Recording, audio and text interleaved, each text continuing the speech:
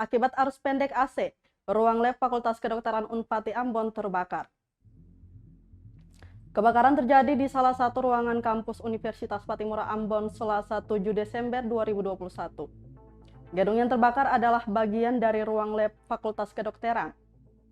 Kepala Dinas Kebakaran Kota Ambon, Edwin Patikawa mengungkapkan, sekitar pukul 15.30 waktu Indonesia Timur, anggotanya mendapatkan laporan terkait peristiwa tersebut, langsung bergerak cepat untuk memadamkan api.